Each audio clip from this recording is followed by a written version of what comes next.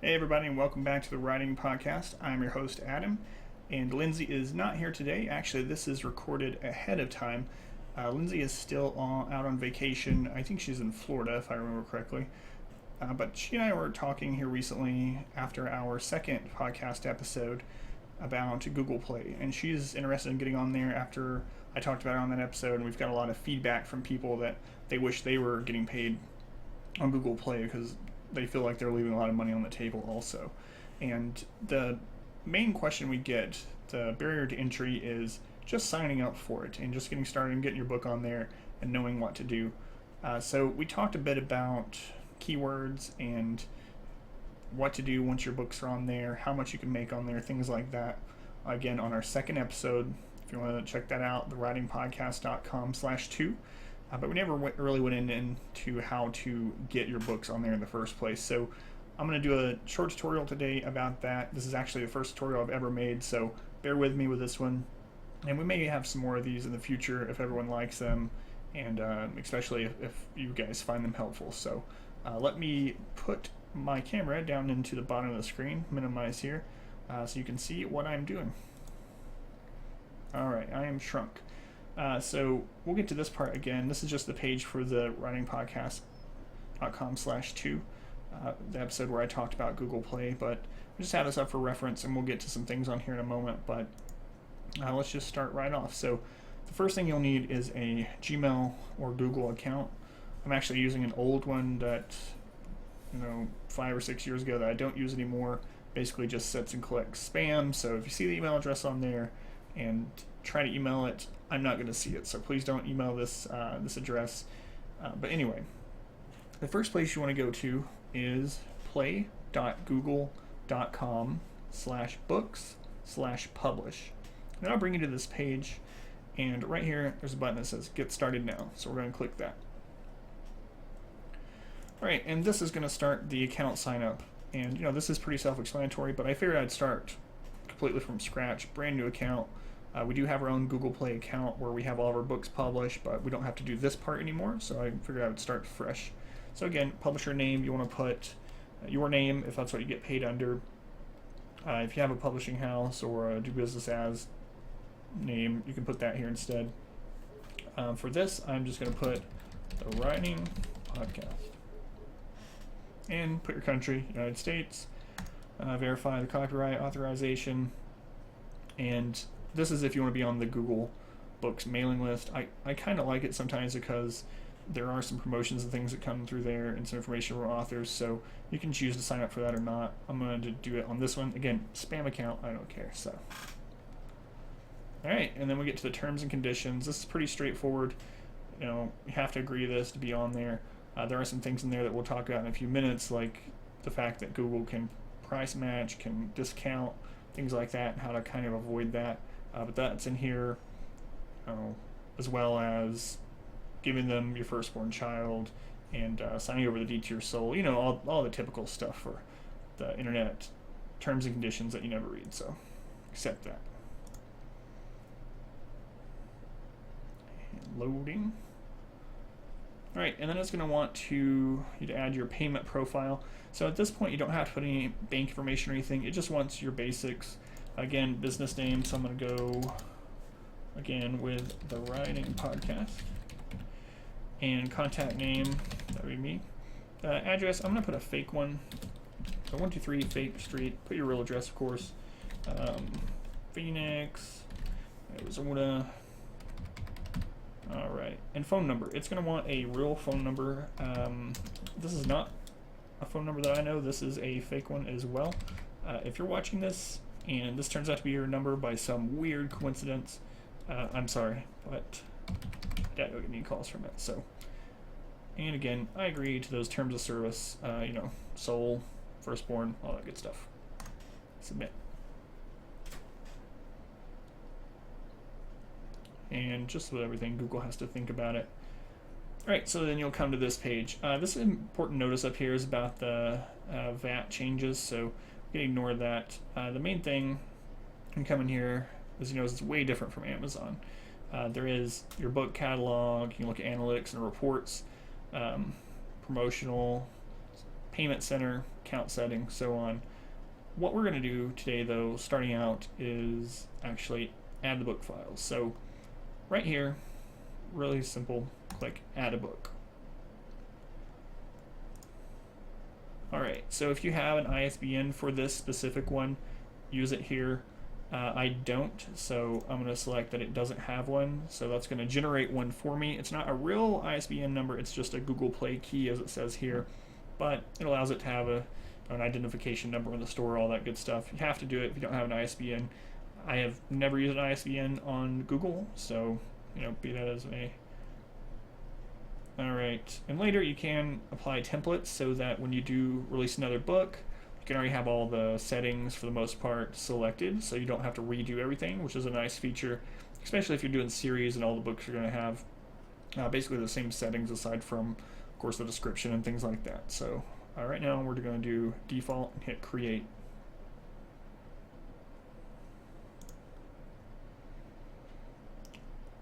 Alright, so that leads you to this page here, and the title of our book, again, this book is already on Google Play. I'm just going to use it as an example as our most recent book, so we're going to go with Coalesce as the title, and it was in February series number 5. Of course, put whatever your title is, subtitle, description. I'm not going to put anything in this to shorten the video, but obviously you want to put yours. So contributors, hit add. This of course is where you put the author. This was under my wife's name. You can also put all the normal stuff here. Just choose the drop down. If you want to put your editor or anything like that. Generally no one does, but biographical note, put your author bio there. Just like Amazon and things like that. So pretty self-explanatory on this first one, and then hit next. So content. So this is a really important one that's different than any of the other retailers. So you're going to need 3 different files, and it tells you what kind here. I'm going to show you as well.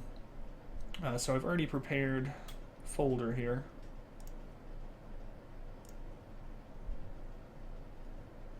Sorry about that. Alright. So this has all of the files I'm going to need, and actually one extra. So you're going to need a PDF file of your book, you're going to need a cover file, and you're going to need an EPUB. So if you're not familiar with a PDF, or if you don't already have one, I do want to go over that really quick with this Word file. So all you need is have your Word file, make sure that you have the cover in the beginning on the Word file. Now, once you have your Word file that you're going to want to convert into PDF, it has the cover on the first page. Go to File in Word, Save As. Sorry about that. You want to go to File on Word. Before you hit Save As, you want to go over to the right where it says Properties right here. You want to click that and go to Advanced Properties. Now, under the summary, you're going to want to put in at least the title and the author. And I'm not sure if it helps or not, but you can also put the keywords. These files are used on Google, so the information on the files, they remain on there when someone downloads them. So, the more you fill out, the better. It's not going to hurt anything, but definitely want to put the title and the author name. And you're going to hit OK when you do that, and then Save As, and then simply where it says Save As Type, choose PDF and save. Pretty simple. Alright. EPUB, of course, is where everywhere uses. You probably already have one of those. If you don't, you can usually download it from somewhere else that you've uploaded, like Drafted Digital, or if you upload directly, Nook, Apple, all those places use the EPUB, as you probably know, so make sure you have that file. That's generally the one that the reader is going to download when they purchase. Then, of course, the cover file. Alright. So, you're going to hit Upload Content, choose Files, and choose where the files are, of course. And once you have those, you can actually choose them all 3 at once. Just select all of them. and hit open. Now, I'm not going to do this right now because the book is already on Google Play, so I don't want it to have an error or screw up and cause some problems with that book. But you do select the PDF of the book, the EPUB, and the cover all at once and hit open. Now, an odd thing about this is it's going to show as if you haven't uploaded anything yet. And all files uploaded through Google Play have to be accepted, reviewed. I don't know if it's reviewed by a bot or a person, probably a bot, but it does take some time. So if you've hit open on all 3 of those files, you select them all and hit open, you can feel pretty confident that they're going to be on there.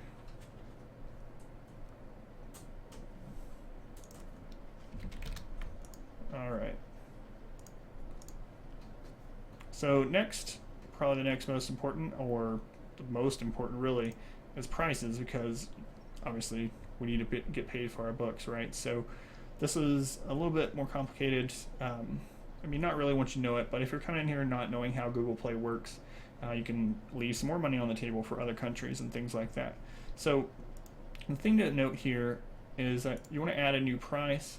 It has currency, amount, and for. So this is what's a lot different than other retailers. So for the currency, you want to put the type of currency. So you're mainly going to get customers in the United States. They definitely want USD as one of them. And amount, we'll change this in just a moment, but let's say we want our book at $2.99. And this is the next important part. You want to put for world in all capitals. That way, it's not just people in the United States that can buy it for $2.99 USD. Anyone that has, American money, no matter where they are in the world, can pay for this book using their American money, USD. I will again get to why that's really important in just a moment. But first, let's talk about the $2.99 price. So one of the things that you've probably seen and that we talked about on the second episode with Google Play is that they can change the price at any point. It's in the terms and conditions, and people have had them change it without their knowing. They will discount your book right off the bat, so it is important that you know. They do use a formula though, so you put the price at a place where when they do discount it, then it'll be where you want it. Clear as mud? Alright, let me show you. So here's a chart that I've been using for probably a year now. Found it on the Kindle boards, kboards.com. And as you see, it's a pricing chart.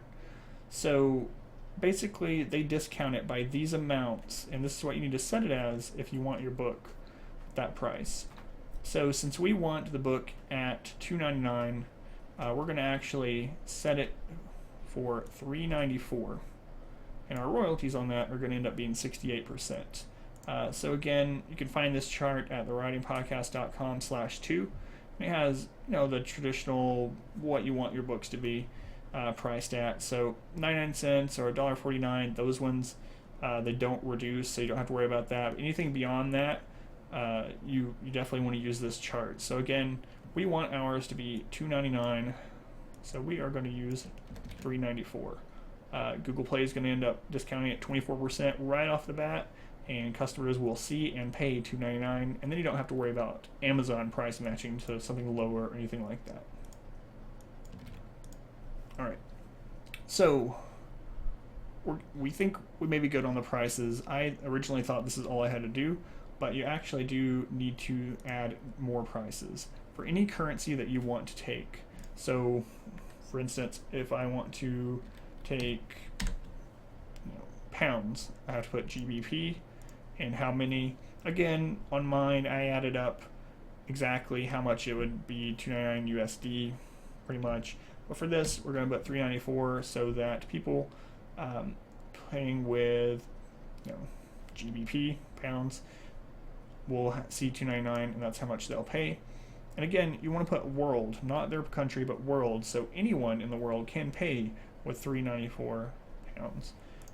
So definitely want to hit all of the most popular currencies for the digital reading market. So things like Australia and Canada, and of course the euro, and those are the main ones, but you can literally go through here and put every currency and put how much you want in that currency.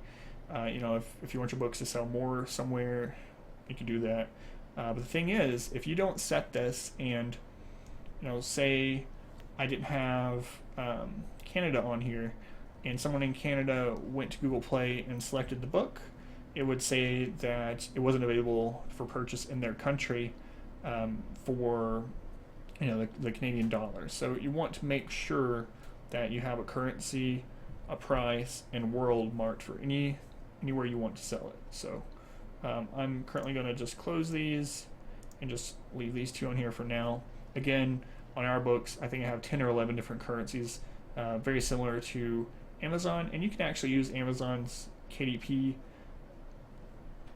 profile where it tells you the different countries and gives you the three letters to stand for that currency. You can actually use that as a guide and just use all of those, and you'll be pretty safe. Again, the 4 or 5 major ones I just listed, you want to make sure you have those for sure. All right, next, settings. So this is another important part, of course, as it all is.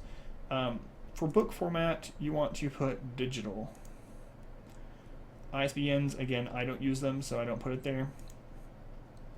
Subject. So this is kind of like the Amazon categories. So you definitely want to do this, and you can put a lot of categories on Google, but again, it's a little bit different, and I'll show you what I mean.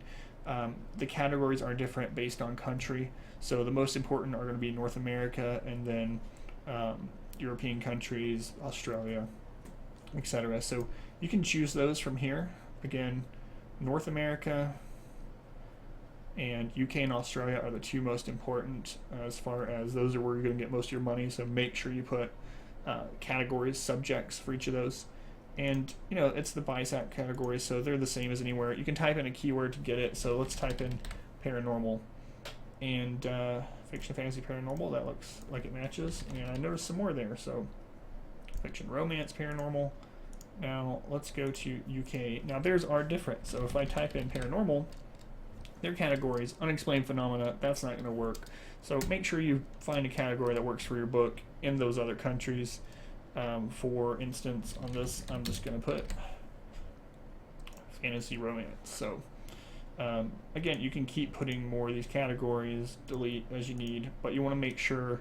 I try to put at least 4 different categories for the US or in Canada for North America, and 4 for Europe, just to make sure I have as much possibility for someone to find us searching, whether they search for a category or click on a category or subject, as I can. So language, you're going to put whatever your language your book is, and again though, you want to put the 3-digit or 3 letters that represent that language. So English, ENG, that's what most of you guys are going to be writing in, I assume. So if your book is another language, if you have a translation and you upload it here yourself, just find out what the 3-letter identifier is for it, and there is a question mark there where you can search. Age group. So again, this one has multiple drop downs you can add. You can actually put anything from babies, kids, kind of elementary school, middle school, high school, and then on and on. So if yours, for instance, ours is pretty good for anyone over 13, don't just put 13 to 15. Make sure you put all the ones above that one as well. Publication date. So again, usually you're just going to put that day. If it was published on another retailer like Amazon before, I always like to go back and match it up to make sure it's the same no matter where it's been uploaded. So put whatever the publication date is. Page count. So unlike Amazon, this doesn't estimate the page count for readers. It bases it off what the author says.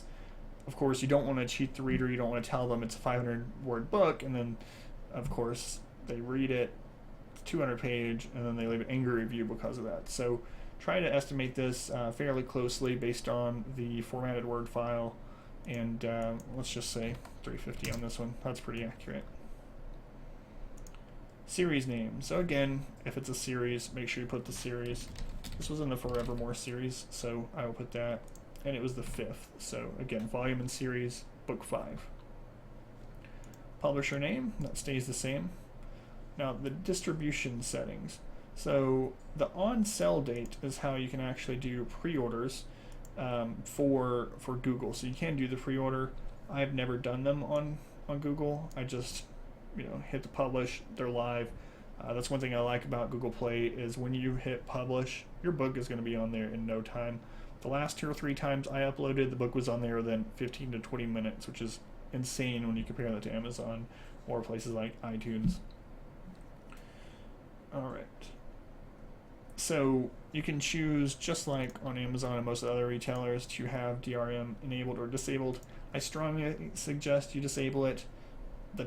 The impact on people, wanting to share it or wanting to use it on different devices that aren't trying to pirate it is very negative. And then the people that really do want to pirate it or share it illegally in any way, they can strip DRM in a second. So they're not going to care if it's on there or not. So you're only really disrupting the normal reader when you accept that. Again, I know that's a debate a little bit, but that's just my opinion again, and I would say do not check DRM. So show photos in the ebook, I always select it. Just I don't have any pictures in it, but I select it. I see no reason not to. Whenever select only display flowing text from an EPUB I provided, so you don't want to select that and include scan pages. I always select that as well, but again, there's no scan pages. And if it's for mature audiences, you can select that. So if it's a complete erotica book only for mature audiences, do select that there. And then the copy and paste percentage, I put 0% because I don't want people to be able to copy and paste the book. I mean, if you want people to be able to do that with a sample or something like that, I mean, I can see how that would be okay. So maybe you would like it if they're able to copy and paste 10% at the beginning of the book. It's like, I guess, kind of like free advertisement. I'll have to experiment with that one some more, but I've never done anything but 0%. So, all right, the preview type. So the lowest you can go is 20%. That's what I suggest. 20% of the book, and that's including the front matter and everything. So that's a pretty good chunk. I kind of wish I could put it down to 15 or so, but 20% is good. If they do the 20%, they read that entire 20%, they're probably going to buy it. Territories. So this is where it is available for sale. You want to put world, all capitals again. Alright, so buy link text. This is where you can basically link if the person decides to go buy it from like your website or your publishing website. So I generally put the buy link text would be your website, whatever that may be, and then you could put your book's address, whatever that is, and they can go there to buy it instead. Publisher's website, again, you can just put your author's website if you don't have a publisher. If you have your own little publishing company like we do, you can put that. Whatever you want. This is what the customer's going to see, though. If they get curious enough to actually go to your website to see what you have there, you want that easily available for them. Upload publisher logo. We do upload our Frostbite Publishing logo. Again, you don't have to do that, especially if you don't publish under a business name or anything like that. And show photos in preview, checked, and PDF download allowed. I don't check this one. I've been told that PDFs are one of the main things that gets pirated, gets passed around, and things like that. Again, if you're not worried about that sort of thing too much, I see no point in leaving it unselected. So it's completely up to you. Not much comment on there, but of course, self-explanatory. That's what it's for. All right, and you can select down here that if it is on pre-order, you can let people either preview the book already. That first 20%. If you have a manuscript uploaded already, and we're not, so up to you there. All right, once that's all finished, hit next, and ready to publish, and that is all you do. You hit the ready to publish button. It's going to tell you, it's on hold. If there's any errors, it will tell you, and it actually tells you exactly what you need. So if you forgot a file, or the file's not the right size, or it detects any error, it's going to tell you exactly what to do. And I like that as well, because I remember years ago the meat grinder on Smashwords getting those EPUB errors and having no idea what it's talking about. Seemed like code almost. So but that's it. That is all you have to do to publish your book. You can come in here and check on the status and so on. And again, these on the side, these other categories, options, self-explanatory as well. Analytics and reports, promotions, payment center, account settings. Alright, so again, I did want to stress that there is some risk with going with Google Play. They have randomly taken an author's book and put it on a promotion on their own without asking the author, and then sometimes Amazon is very quick to price match, and before you know it, you've lost some money that you would have had more money from sales. So if you're a really big selling author and they did that, and you lose 10,000 sales from $2.99, instead get them at 99 cents, I mean, that is a big blow, and that has happened.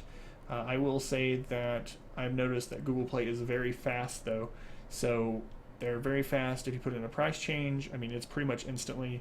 If you change your content, anything, they're very, very quick about it. So if you do see any problem, if you see that your book is discounted more than you would like it to be, or you notice a strange price match on Amazon, keep an eye on your Google Play book. You want to check that every other day, once a week. You want to at least make sure that they're not dropping it more than these percentages on my screen right now. And if they do, go in there and hit unpublish on your book, and it will be off the Google Play Store, in minutes. I have unpublished books from there in order to try them and select again. It's very fast to get your book taken off. So if you do run into that situation, it's not the end of the world if you can get that down fast enough, and in my experience, it's very easy to do.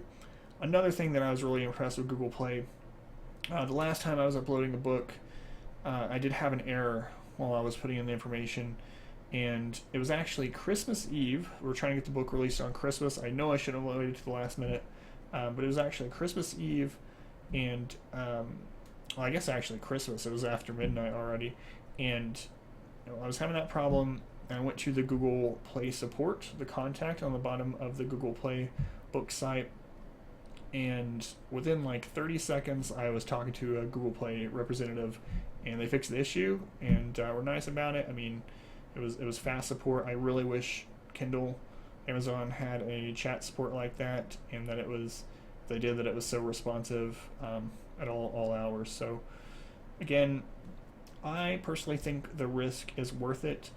We've been averaging about $2,000 a month off Google Play since we switched over to it, and that's nothing to sneeze at all. And I'm really glad with the decision. It's quickly became our second highest grossing income from book markets. Amazon being the first, by far, but definitely Google Play is contending. So if I've forgotten anything, or you have any questions at all about this, don't hesitate to ask in the comments on YouTube, or especially our website. That's what I check most often. And again, thewritingpodcast.com. You can find this episode. But that's pretty much it. So again, it's a lot easier than it seems. I know it's this unknown. It is a little bit different, and a lot of people just don't know that it's as easy as it is. So there's really no reason not to put your book on there. You already have the EPUB file. You already have the cover file. So all you need to do is convert it, get a PDF file of it as well, put in this information that I showed you, upload, and you're good to go. So that's it for me though. So again, as always, thanks for watching, thanks for listening, and we will see you next week.